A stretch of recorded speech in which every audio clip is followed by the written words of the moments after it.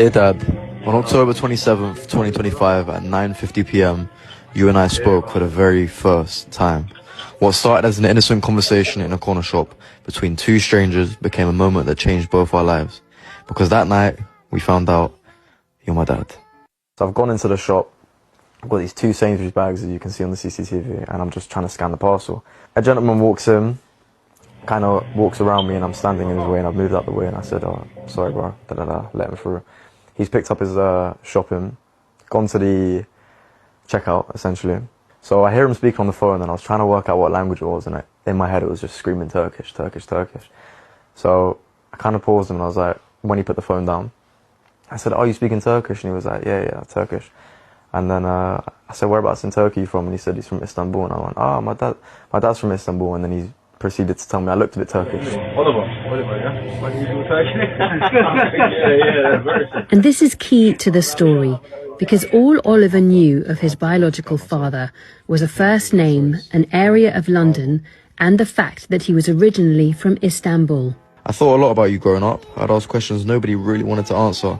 See, Mum used to change the subject to try and make me forget, but something inside me could never. I remember in 2010 she had this old computer always logged into Facebook. I'd wait until she left the room, would search your name, no surname, no photo, no idea of what you look like, just your first name, your ethnicity, and a bag of hope. Bravo, quick one. Let me have a chat with you before you go out. I want a quick conversation. Yeah. Random one, but... Yeah, like I know there's a lot of pressure. Like, my name's Oliver, does it ring any bells? And he said, yeah, it does. And I said, I'm just going to say out loud, I think I might be your son. By that point, we both kind of stood there a little bit awkwardly and kind of froze. And then, yeah, it was a lot to take in at that moment. And you were actively searching for him? Especially when I moved to this area, knowing that he was from here. I used to walk into Turkish barbers and I'd mention his name in a conversation, or I'd go to, a Turkish restaurant and I'd be like, yeah, why not? I mention his name. And then very recently I did a DNA test on Ancestry.com. This is just by pure coincidence. I did this about a month ago in hopes that I could finally find some sides to his family. And I was brought with no results. And I kind of got to a place of acceptance. I was like, okay, cool. And then just by pure coincidence, 2 weeks after doing the DNA test, the conversation happened, the whole story, which is why you guys are here, happened in the shop, and then it was, yeah.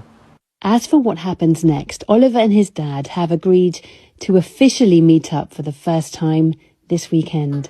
I hold no resentment, no judgment, just curiosity and hope. We both have questions, I'm sure, and in time, we'll find the answers together. Take your time, Dad, and I'll take mine, and I'll see you on Sunday. Alice Bandukravi, BBC London.